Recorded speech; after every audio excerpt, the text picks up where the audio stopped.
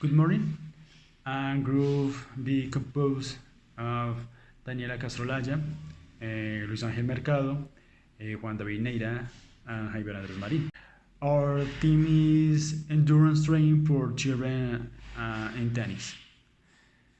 General objective: note the importance of endurance training in children. We are going to practice or are practicing tennis. And specific objectives may know through science studies the importance of endurance work in children. Develop physical endurance in children through practical exercise. Concept of endurance. Endurance to fatigue is understood as the ability to perform an exercise effectively, overcoming the fatigue that occurs. Types of endurance. Fatigue endurance is usually subdivided into general and special training and competition, local, regional, and global, aerobic and aerobic, muscular, vegetative, sensory and emotion, static and dynamic, speed and strength. The training indicators are useful for evaluation progress, adjusting the program and ensuring intensity. Some indicators include heart rate, exercise duration, maximum oxygen consumption, perceived exertion score, level of fatigue, and training. Heart rate is an indicator of exercise intensity and cardiovascular endurance. Maximum heart rate and heart rate reserve are useful for establishing training zones. The amount of time at a particular intensity is an indicator of endurance. Total exercise time during a session or the duration at which a steady pace can be maintained can be. Maximum oxygen consumption is an advanced indicator of cardiovascular capacity. It measures the maximum amount of oxygen that the body can use during exercise. The perceived exertion score is a subjective measure used by athletes during the effort exerted. For example, there is the Bohr scale, which ranges from 6 to 20, or from 0 to 10.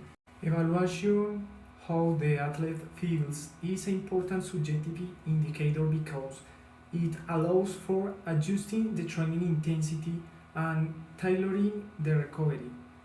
Keeping a training log provides a clear view of progress. A bioenergetic plan is a specific training model based on intensity zones for achieving a particular outcome.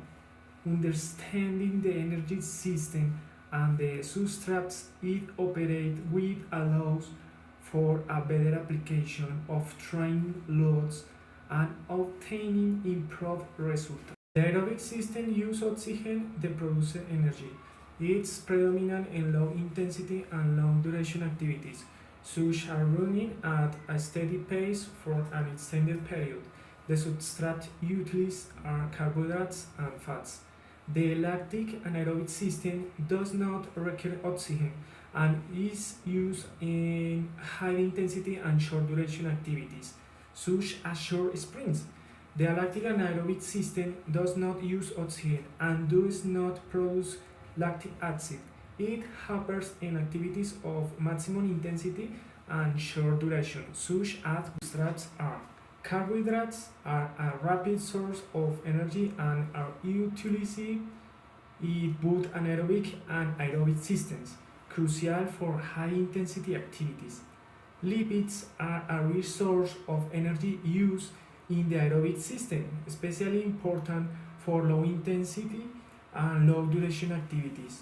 Proteins are used as an energy source when carbohydrates and fats are not available. Methods. Continuous in uniform method. It is characterized by a large volume of the work without interruption. It is generally used predominantly in the preparatory period. Referring to athletes, is the production improvements in aerobic capacity, depending on the intensity and volume of long. Variable continuous method. It is characterized by the variation of intensity during the execution of work, which is interrupted. The variation involves a change in the speed of movement, increasing or decreasing it. Fractionation method. The method is characterized dividing the task into work, more paused or pace of long and rest. This method is organized by dividing the total volume of work to be done into parts of fraction among there are periods of rest. Repetition method. This method is characterized by relatively short distance, very high intensity, and a long recovery pause, seeking complete rest between each repetition. During the rest, all parameters involved in the functional system try to return to normal. Interval method. This method is characterized by being organized into work and pause, but which the detail that the pauses are incomplete, meaning that complete recovering is not achieved between one along and new land within the training season. Exercise for uniform continuous method. Number 1.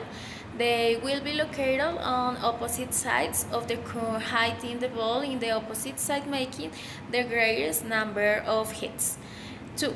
Players stand on opposite sides of the net doing volley and smash, exchange accumulating points in 10 minutes. Continuous variable 1. 2 players will exchange blows from the back at the court on each of their sides. 2. They will stand on opposite sides of the net and advance every 2 minutes to high volleys until they are close to hit a smash.